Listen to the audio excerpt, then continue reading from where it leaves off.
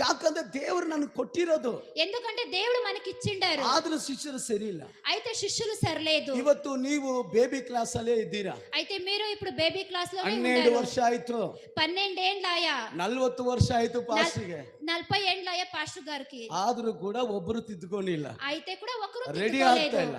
Ready కాలేదు. ಅಭಿಷೇಕ ಬಂದರೆ, ಅಭಿಷೇಕం ವస్తే, ಒಬ್ಬನ ಮೇಲೆ ಅಭಿಷೇಕ ಬಂದರೆ, ಒಬ್ಬನ ಪೈನ ಅಭಿಷೇಕಂ ಒಬ್ಬನ ಮೇಲೆ ಅಭಿಷೇಕ ಬಂದರೆ, ಪರಿಶುದ್ಧಾತ್ಮನ ಇಳಿದು ಬಂದರೆ ಅವರ ಜೀವಿತ ಬದಲಾಗುತ್ತೆ, ಅವರ ಬದುಕು ಬದಲಾಗುತ್ತೆ, ಅವರ ಕುಟುಂಬ ಪರಿಸ್ಥಿತಿ ಬದಲಾಗುತ್ತೆ, ಅವರ ಸಮಸ್ಯೆಗಳು ಬದಲಾಗುತ್ತೆ.